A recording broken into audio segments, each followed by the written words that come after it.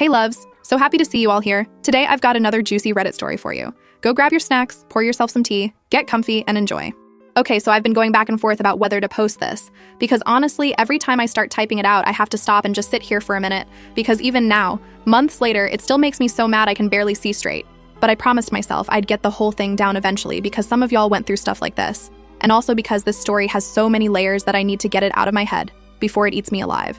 I'm gonna try to keep this organized, but fair warning, I'm probably gonna go off on tangents because that's just how my brain works when I think about all this. Bear with me. So background, I'm 27, I live in Baton Rouge, born and raised here, moved to the east side of town after I finished school, been renting the bottom half of this old duplex off Choctaw Drive for about 2 years. My little space. I'd been with Stefan for a little over 2 years when everything blew up. We met through mutual friends at a crawfish boil, which is like the most Louisiana way to meet someone ever.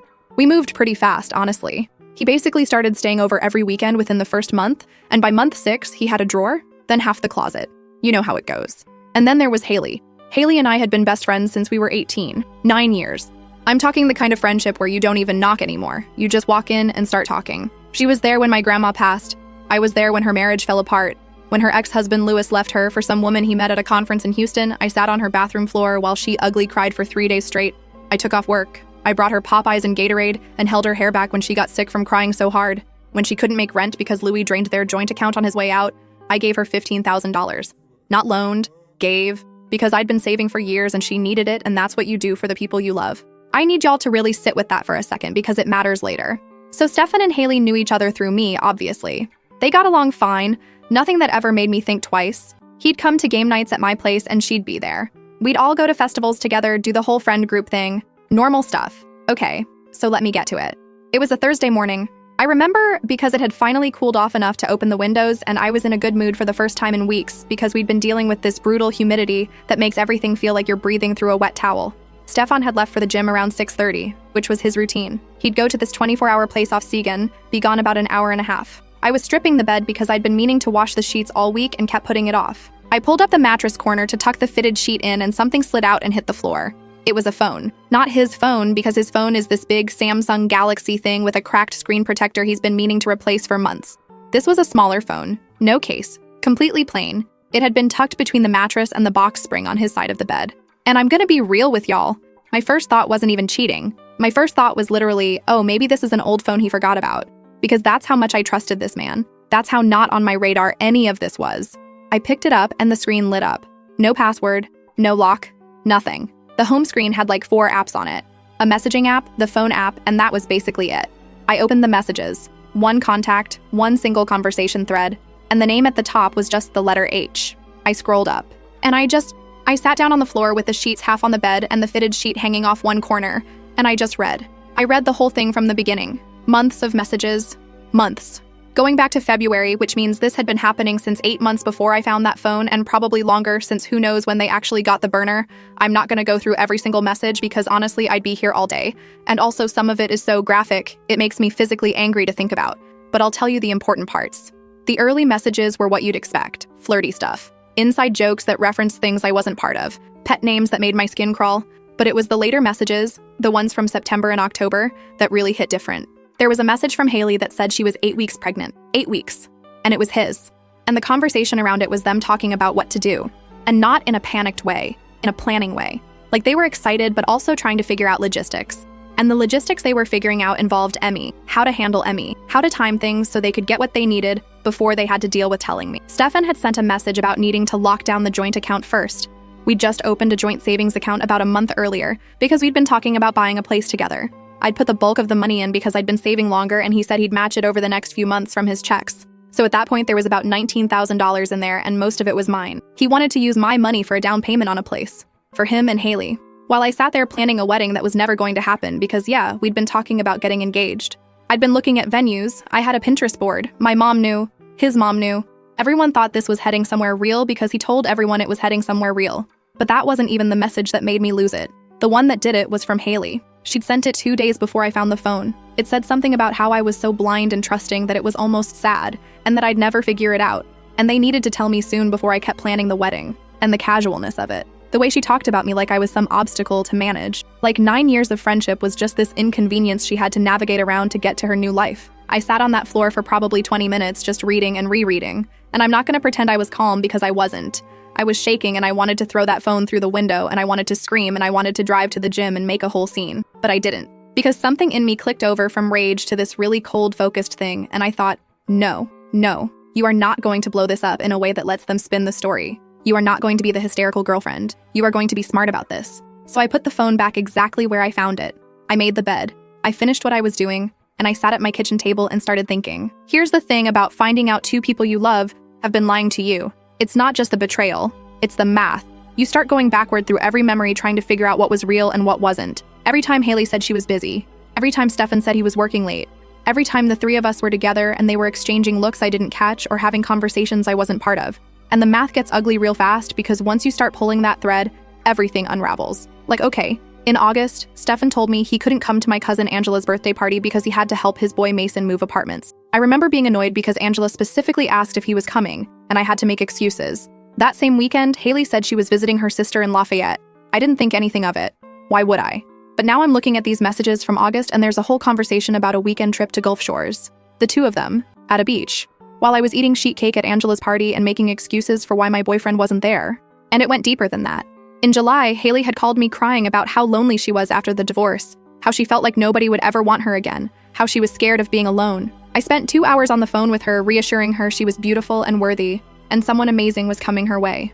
I said that to her. While she was already sleeping with my boyfriend, she listened to me give her a pep talk about finding love while she was actively destroying mine. The next morning was a Friday. Haley had plans to come over for breakfast because we did that sometimes. Just hung out on Friday mornings when our schedules lined up. She showed up around 9 with this expensive cold brew she'd picked up from that fancy place on Government Street. I made enough for Stefan too because he was still there. Hadn't left for the day yet. So the three of us sat at my wobbly kitchen table eating pancakes and drinking coffee, and I smiled at both of them. And I was so warm and so normal that Haley hugged me and told me I was the best friend anyone could ever ask for. I hugged her back, and I told her I know exactly what I am. She laughed like it was a cute thing to say. Stefan didn't even look up from his plate. And I sat there watching them eat my food at my table in my house, and I felt this absolutely unreal clarity. Because I realized these two people had been sitting across from me for months, eating my cooking, sleeping in my bed, him, crying on my shoulder, her, taking my money, making plans with my savings, and they genuinely believed I would never find out. They thought I was stupid. They thought I was so blinded by love and loyalty that I'd just keep being their safety net forever while they built their little life on top of mine. That's what got me more than anything. Not just the cheating, not just the pregnancy, not just the money. It was the contempt. You don't talk about someone the way they talked about me unless you genuinely look down on them. And this was my best friend. This was my person. This was the woman I gave $15,000 to because I couldn't stand the thought of her suffering. So after breakfast, Stefan left and Haley hung around for a bit, scrolling on her phone on my couch and chatting about nothing. I was doing dishes and she was going on about some drama with her coworker. And I'm standing there scrubbing a pan thinking, you are pregnant with my boyfriend's baby right now, and you're telling me about Melissa from your job being petty about the break room refrigerator? The absolute disconnect between what she was saying and what was actually happening in that room was so wild it almost made me laugh. She left around noon. I walked her to the door, waved from the porch. I went back inside and I started making moves. First thing I did was go to the bank. I walked in, sat down with someone, and explained that I needed to remove myself from the joint savings account and transfer my portion to my individual account. They walked me through it. It took about 40 minutes because there was paperwork and verification and all that. But when I walked out, my money was back where it belonged. Every single cent I'd put in. Stefan's contributions, which were minimal, stayed in the joint account. I wasn't trying to take what wasn't mine. I just wanted what was mine back. Then I called my mom. My mama is not the kind of woman you want to have angry at you. She's 5'2" and she grew up in Opelousas and she does not play. I told her everything. I told her about the phone, the messages, the pregnancy, the money, Haley, all of it. She was quiet for a long time, which if you knew my mother, you'd know that's the scariest reaction she can have. When mama goes quiet, it means she's past angry and into that planning mode where people start losing access to things they thought were permanent. She asked me one question. She asked me if I was safe. I said yes. She said good. And then she said she'd be at my place by dinner and to not do anything else until she got there. My mama lives about 45 minutes away in Arnoldville, this tiny town where everybody knows everybody, and gossip travels faster than the Wi-Fi. Her showing up on a Friday evening meant she canceled her standing dominoes night with her friends, which she never does. And that told me everything I needed to know about how seriously she was taking this. But here's where it gets complicated, and this is the part I've been going back and forth about including because it involves more people and it gets messy, but you need the full picture to understand what happened next. Stefan's mom, Geraldine, and my mom knew each other. Not well, but they'd met at a couple of our get-togethers and they were friendly on social media. They'd comment on each other's posts, that kind of thing. Southern mom stuff. And Geraldine had been telling my mom how excited she was about the engagement happening soon, how she'd already been looking at mother of the groom outfits, how she was so happy Stefan found someone like me. My mom told me all this in the car on the way to my place. So now, it wasn't just me and Stefan and Haley in this mess. It was our mothers. It was our families. It was 9 years of friendship and 2 years of relationship and $15,000 and a joint account and a pregnancy and a whole web of people who thought they knew what was happening when nobody knew anything at all except the 2 people who'd been lying the longest. My mom got to my place around 6. She brought groceries because that's what she does. She feeds people when the world is falling apart. She made red beans while I sat at the counter and told her everything again in more detail. She didn't interrupt. She just stirred the pot and listened, and every now and then she'd make this little sound in her throat that meant she was adding another item to her mental list of things she was going to handle. After we ate, she looked at me and told me I had 2 choices.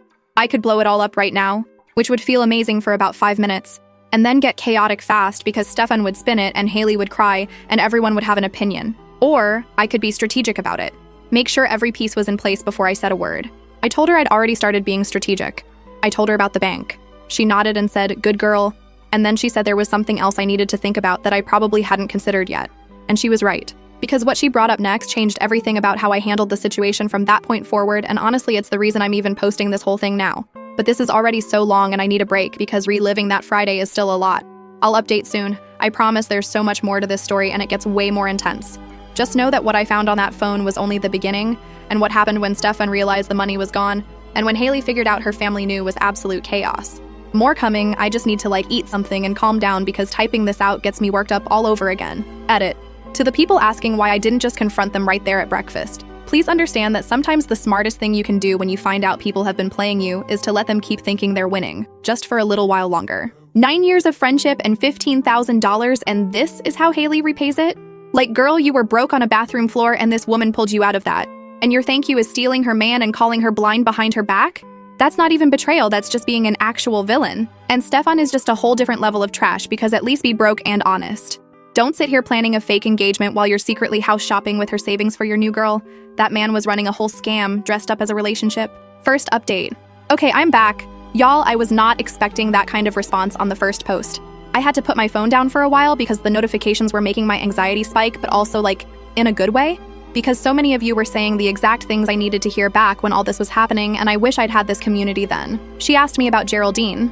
And look, I know a lot of y'all in the comments were like, just burn it all down, who cares? But my mom was right to bring this up because here's what I hadn't considered. Geraldine was not just Stefan's mom. She was a woman who had been genuinely kind to me for 2 years. She invited me to every holiday. She taught me how to make her gumbo. She called me her future daughter. And she was about to find out that her son had been cheating on the girl she adored with the girl's best friend and that there was a baby on the way. That information was going to wreck her.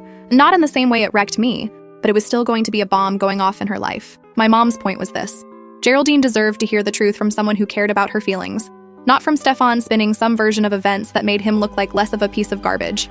And honestly, Geraldine was also the only person who might actually be able to get through to Stefan, because that man would lie to me, lie to his boys, lie to God himself, but his mama was the one person he could never fully perform for. She knew him. She knew when he was full of it. So that was the plan my mom proposed. Before I confronted Stefan, before I said a single word to Haley, we needed to talk to Geraldine. I pushed back at first. It felt like going behind Stefan's back, which is hilarious in hindsight because the man had a whole second phone behind mine. But in the moment, I was still operating with this weird sense of fairness that I hadn't fully shaken yet. My mom just looked at me over her red beans and was like, "Baby, you don't know that boy fair. Fair died when he put a burner phone under your mattress." She was right, obviously. So Saturday morning, my mom called Geraldine. And here's why this matters. They weren't super close, but they had that southern mama connection where they'd bonded over both having only children and both being single mothers. And they'd exchanged numbers at a crawfish boil my mom came to about a year ago. Mama told her she was in town visiting me and asked if she wanted to come have coffee at my place. Geraldine said she'd love to. She could be there by 11. Meanwhile, I was stress cleaning my duplex like my life depended on it, because I didn't know what else to do with my hands. Stefan had texted me that morning asking if I wanted him to come over later, and I said, "Yeah, babe.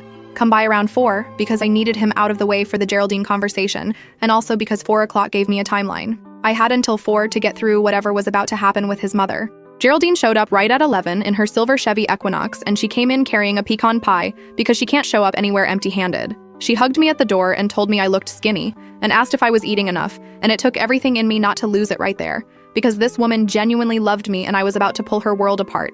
We sat in my living room. My mom was in the armchair. Geraldine was on the couch.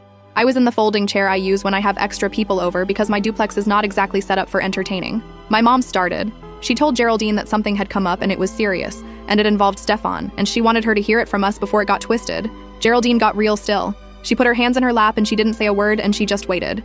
And then I talked. I told her about finding the phone. I told her about the messages. I told her about the pregnancy. I told her about the joint account and what Stefan wrote about needing my money for a down payment. I told her about the message where Haley called me blind and trusting. I told her everything. Geraldine didn't cry. I expected her to cry. She sat there and her jaw got tight and she stared at a spot on my wall behind my head for what felt like an eternity. Then she asked me one question, and it was not the question I was expecting. She asked me how long Haley and Louie had been divorced. I said about 1.5 years. She nodded real slow, and then she said something that rearranged my whole understanding of the timeline. She told me that Stefan had helped Haley move out of the apartment she shared with Louie, back when the divorce was happening. She said Stefan had told her he was doing it as a favor to me, that I was at work and couldn't help that day.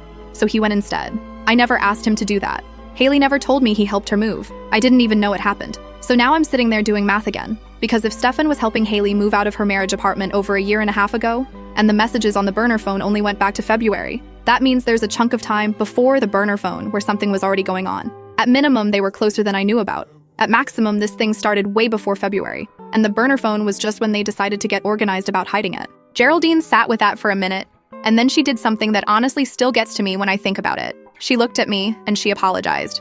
Not on Stefan's behalf, like making excuses for him, but personally. She said she was sorry that her son turned out to be the kind of man who could do this. She said she didn't raise him to be this, and she didn't know where it came from, but she wasn't going to sit there and pretend he was anything other than wrong. Completely, totally, inexcusably wrong. My mom reached over and squeezed her hand, and for a second it was just these two women who both loved their kids and were both dealing with the fallout of someone else's selfishness. Then Geraldine asked what I wanted to do, and I told her the truth, which was that I wanted to confront Stefan directly, face to face. No phone calls, no texts, no giving him time to rehearse his lies. I wanted to look him in the eye, and I wanted him to know that I knew everything, and I wanted to see what he did when his performance fell apart. She agreed. She said she wanted to be there. Not to protect him, she was very clear about that. She wanted to be there so he couldn't lie about what happened afterward, because she knew her son and she knew he would try to rewrite the entire conversation the second it was over. So the plan was set. Stefan was coming over at 4, Geraldine would already be there, my mom would be there, and I was going to sit that man down in my living room and ask him who H was. Now here's where the plan almost fell apart, and this is the part that still makes me mad because of course it didn't go smooth. Around 1:30 my phone started going off. It was Haley. She was texting me about wanting to come over. Some whole thing about how she was bored and her apartment was depressing and could she swing by. Any other Saturday I would have said yes without thinking. But today was not any other Saturday, and having Haley show up while Geraldine was sitting in my living room would have blown the entire thing up in the wrong order. I told her I was busy with my mom. We were doing errands, maybe tomorrow. She sent back a pouty face emoji and then started texting about how she'd been feeling sick all morning. Gee, I wonder why Haley. And she just wanted company. The audacity of this woman texting me for comfort while she was having morning sickness from my boyfriend's baby. I cannot stress enough how insane it is to live inside a situation like this where you know things the other person doesn't know, And every single interaction becomes this performance where you're biting the inside of your cheek so hard you taste blood. I told her to rest and drink ginger tea and that I'd call her later. She sent a heart emoji. I put my phone face down on the counter. Geraldine had gone home to change and regroup and said she'd be back by 3:30. My mom was sitting at my kitchen table peeling an orange and looking at me in that way she does when she's reading my energy. She asked me if I was ready, and I told her honestly that I didn't know if I'd ever be ready, but I was doing it anyway. 3:30 came. Geraldine pulled up. She'd changed clothes and her face was different now, like the softness from the morning had been replaced with something harder. She came in and she sat on the couch in the same spot and she didn't bring food this time. 3:50. I texted Stefan asking what time he was coming, keeping it light, casual. He said he was leaving in 10. My duplex is about 20 minutes from his buddy's place where he'd been hanging out that afternoon. 4:15. His car pulled up. I heard the engine of his Dodge Charger before I saw it because that thing has needed a new muffler for 6 months, and he keeps saying he'll deal with it. He came up the walkway and let himself in with the key I'd given him, and the first thing he saw was his mother sitting on the couch. He stopped in the doorway. He looked at Geraldine, then at my mom, then at me. And I could see it happening in real time, this calculation behind his eyes. He was trying to figure out why his mother was at my house. He was trying to figure out if this was a surprise or a setup. He was trying to figure out how to play this. He went with casual, big smile. "Hey mama, what are you doing here? This is a surprise." And he went to kiss Geraldine on the cheek. She turned her head. Not a lot, just enough. And he felt it. I told him to sit down. He sat in the same folding chair I'd been in earlier. My mom was in the armchair. I was standing by the kitchen counter because honestly, I couldn't sit still. And Geraldine was on the couch with her purse in her lap like she was ready to leave at any moment, like she didn't want to get too comfortable in the scene she was about to witness. I didn't ease into it. I asked him straight up who H was. And y'all, the performance this man put on. He scrunched up his face like he was genuinely confused. H? What? He didn't know what I was talking about. What H? Was this about someone at the gym? Did someone say something? I told him to think harder. I told him about the phone under the mattress. I told him I'd read everything. The fake confusion held for about 3 more seconds, and then it just stopped. He went completely still, and he stared at me, and I stared back. And there was this horrible moment where the whole room was just full of everything he couldn't take back. Then he started with the excuses. And oh my God, the excuses. He started going on about how it wasn't what I thought, how the messages were taken out of context, how things between him and Haley just happened, and he didn't plan it. And he was going to tell me. He kept saying he was going to tell me, like that was supposed to make it better. Like the fact that he was eventually going to blow up my life was some kind of gift he was generously preparing to give me. I asked him about the money, about what he wrote about locking down the joint account, about using my savings for a down payment on a place for him and Haley. And this is where he pivoted so fast it was almost impressive. He started saying he wrote that to keep Haley calm, that she was pressuring him, and he was just telling her what she wanted to hear, that he never actually intended to take my money, that he loved me, and he was confused, and it was a mistake, and it just spiraled. I asked him what exactly just happened about sleeping with my best friend for what appeared to be over a year, what just happened about getting her pregnant, what just happened about having a secret phone hidden in our bed where I sleep every night. Geraldine spoke up. She asked him about helping Haley move. She asked him how long this had really been going on. Not since February. How long? He tried to dodge it. Started talking in circles about how things were complicated and how he didn't want to hurt anyone, and how he'd been dealing with stuff he didn't know how to talk about. Classic redirect. Can't answer the question, so make it about your own feelings and hope everyone feels sorry for you. I told him I wasn't doing this. I wasn't going to stand in my own kitchen while he rewrote reality. I told him I saw the messages. I saw what Haley said about me. I saw what he said about me. I saw the word done. He wrote, "I'm done with her." About me. In his plan to steal my money and leave. So no, he doesn't get to stand here and tell me he was confused. He was very clear in those messages. He knew exactly what he was doing. He got loud then. Started raising his voice about how I shouldn't have gone through the phone, how that was a violation of his privacy, how I had no right. And I actually laughed. I laughed in his face. Because this man with a burner phone hidden in my bed was talking to me about privacy. I told him, yeah, you're right, babe. The real issue here is definitely that I found the evidence, not that the evidence exists. Geraldine stood up. She told Stefan to stop talking. She told him she heard enough and she'd heard more than she wanted to, and that every word coming out of his mouth was making it worse. She told him she didn't recognize who he was in this moment, and that she needed to leave before she said something she meant. She didn't say something she'd regret. She said something she meant, because she was done protecting his feelings and she wanted him to know it. She walked over to me and hugged me hard and told me she was so sorry, and then she left. Messed up? And could we please just talk messed up? And could we please just talk about this alone without my mom there? He wanted my mom to leave so he could work on me without a witness. Classic. My mama didn't even look at him. She looked at me and I shook my head no, and that was that. She stayed right where she was.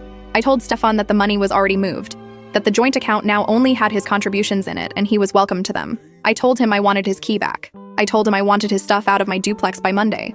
And I told him that whatever he and Haley were building together, they could build it without a single cent of mine. He asked me if I'd told Haley. I said no. He asked me not to. And the way he said it, it wasn't concern for Haley's feelings. It was concern for his own position. Because if I told Haley that I knew, his whole little setup would collapse. He'd lose the girlfriend and the side piece and the financial safety net all at once. He was still trying to manage the situation, still trying to keep one foot in each door. I told him I'd do whatever I wanted and he didn't get to ask me for favors right now, or ever again. He left around 5:30, took his key off the ring and put it on the counter without looking at me, just walked out and got in his loud-ass Charger and drove away. My mom locked the door behind him and came back and sat down, and we just sat there for a while, not talking. And here's the thing about that night that I keep coming back to. I thought the Stefan confrontation was going to be the hardest part.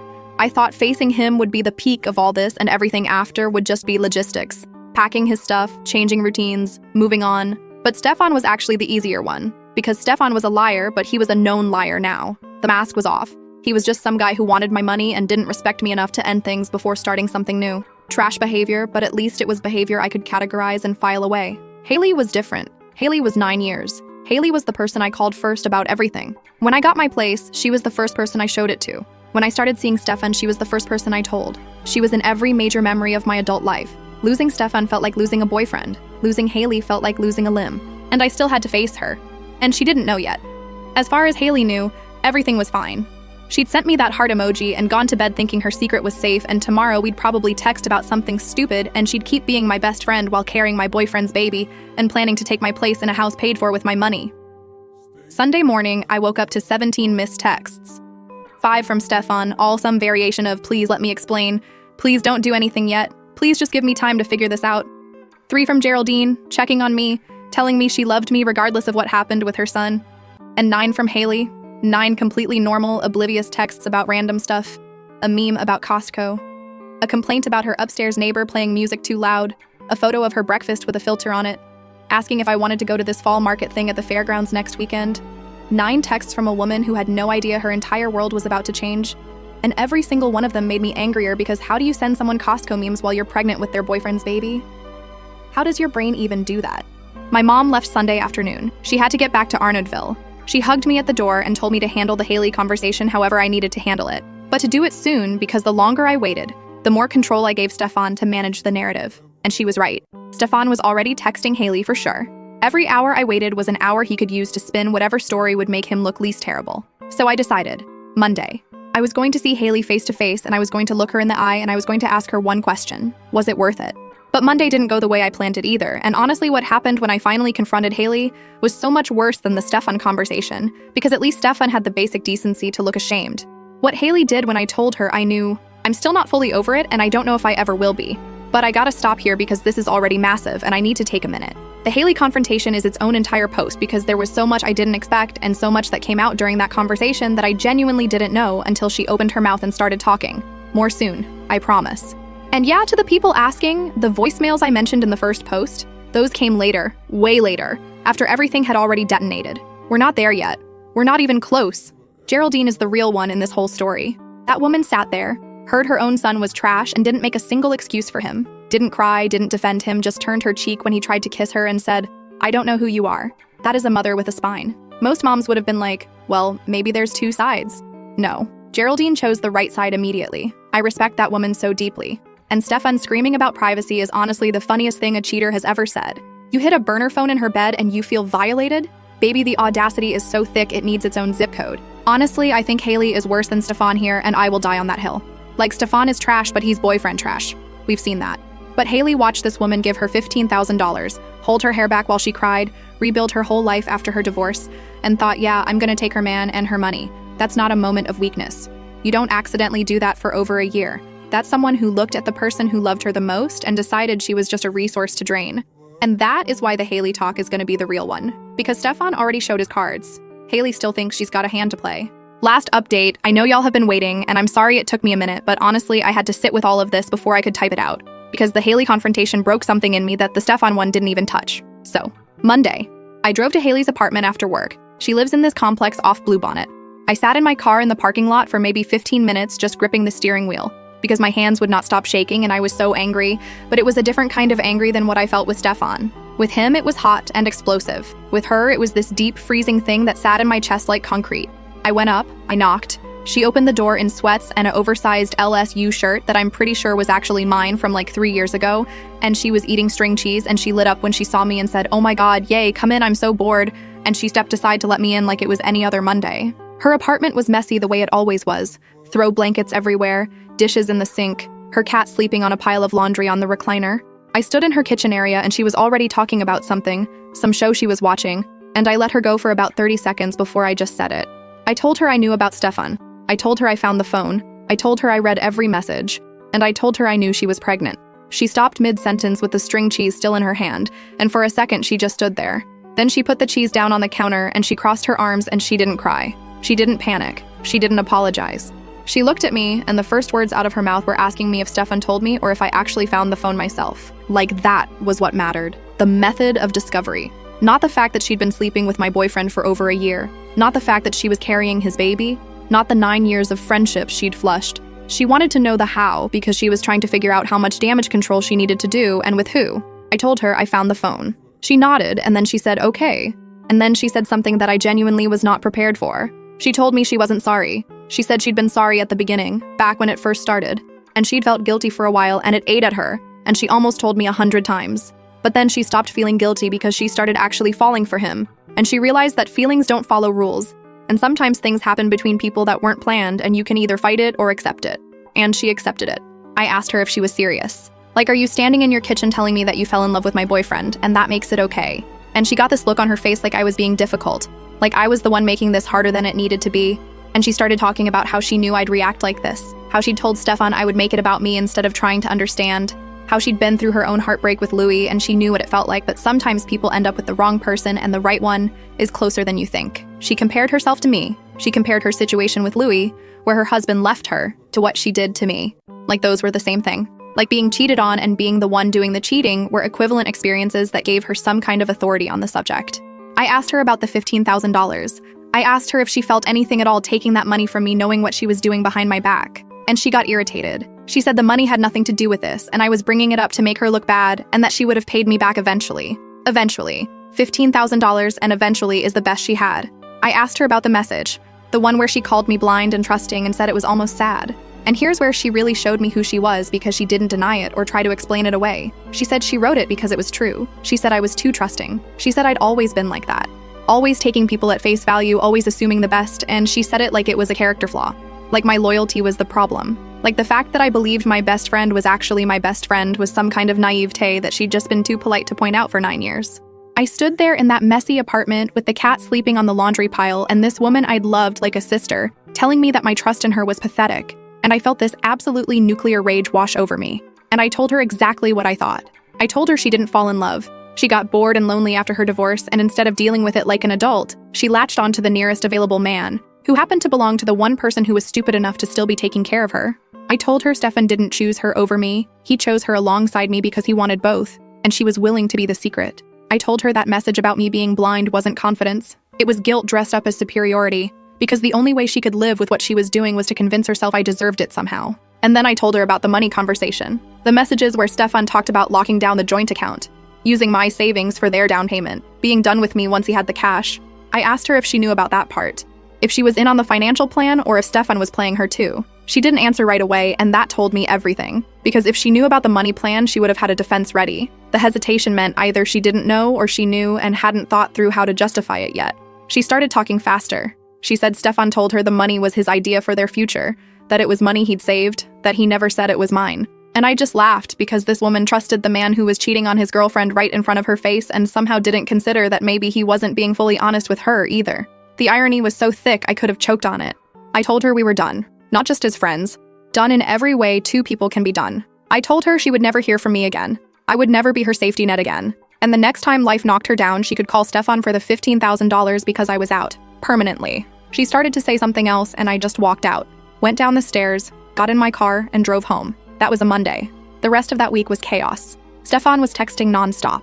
Haley started texting Wednesday, 3 days after I confronted her, which means it took her 3 whole days to decide she wanted to say something. And when she did, it was this long message about how I was throwing away 9 years over a man, and how women should support each other, and how she really thought we could get past this. Then came the voicemails I mentioned way back in the first post. About 2 weeks after the Monday confrontation, Stefan's cards started declining. Not because of anything I did with the joint account, because I'd only taken my own money back. His cards declined because Haley, now fully grasping that Stefan might have been using her just like he used me, kicked him out of the apartment she'd been letting him crash at since I took his key back. Without her covering his half, he couldn't keep up with his bills.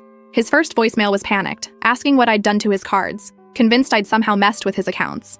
I hadn't touched anything that wasn't mine. He did this to himself. And Haley's voicemail. Oh, those were something else. She wasn't calling me about Stefan or about us. She was calling because her sister Carla had found out about everything and told their mother. Her mom saw everything, the whole truth about what happened, and her dad stopped speaking to her. Carla blocked her. Her family pulled away because they'd all loved me. They'd all been at dinner parties at my place. Carla had borrowed my air fryer twice. They were disgusted by what Haley did, and Haley was calling me sobbing, asking me to call her family and explain it wasn't as bad as it sounded. She wanted me to fix her family relationships. After everything, she wanted the person she betrayed to go clean up the mess that her own betrayal created. That's who Haley was. That's who she'd probably always been, and I was just too trusting to see it. I never called Haley's family. I never called Stefan back. I never responded to any of it. Geraldine still texts me sometimes. She sent me a birthday message last month with a picture of the gumbo we made together, and she told me she was sorry again, and that she thinks about me often. I love that woman, and I hate that loving her means I'll always have a thread connecting me to the worst thing that ever happened to me. So, yeah, that's the whole thing. That's what happens when you find a phone under a mattress on a Thursday morning when all you were trying to do was change the sheets. That's what happens when the two people you trust most decide you're a resource to be used and not a person to be respected. I hope nobody ever puts a burner phone under your mattress. Take care of yourselves. Haley saying she's not sorry and then calling OP's trust a character flaw is genuinely one of the most vile things I've ever heard. Like, girl, you are the reason trust is a flaw. You did that. You took a good person and made loyalty look stupid and you're proud of it? Make it make sense. And then she hits her with, women should support each other. 3 days later. Oh, now it's sisterhood? It wasn't sisterhood when you were sleeping with her man for a year. It wasn't sisterhood when you were spending her $15,000. But now that you're alone and your family won't talk to you suddenly, it's women supporting women? Girl, please. The absolute cherry on top is her calling OP to fix things with her own family. That tells you everything about who Haley is. She never saw OP as a friend. She saw her as a fixer, someone who shows up, writes checks, makes calls, cleans up messes.